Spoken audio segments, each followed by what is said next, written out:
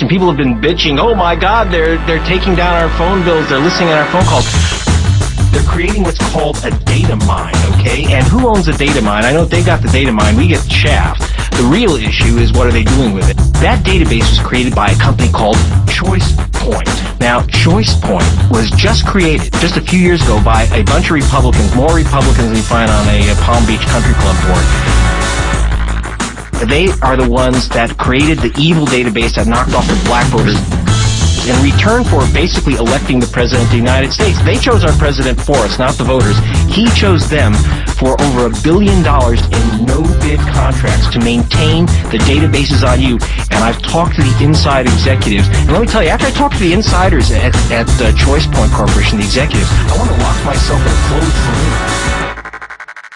They are matching your phone numbers, your billing records, your medical records, your voting registration records, your driver's licenses, and their latest thing, your DNA.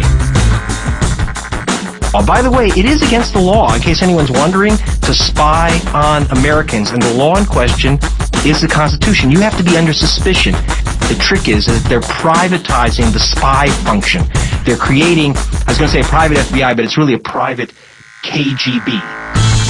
Their gimmick is they set up this private company, ChoicePoint, the Republicans. They have, last count, they had 16 billion records, and I know it's at least double that since then. That's illegal for the United States government to keep. They keep the records, and then they sell that information to the U.S. government secretly.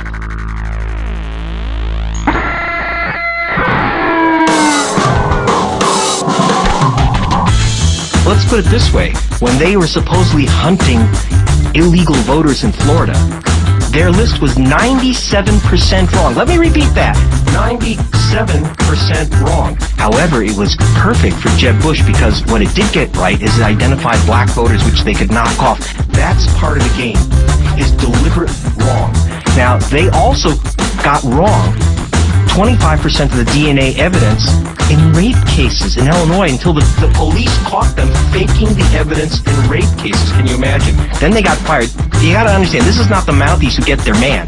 This is the Mounties who get the political targets for their men. That's what it's about.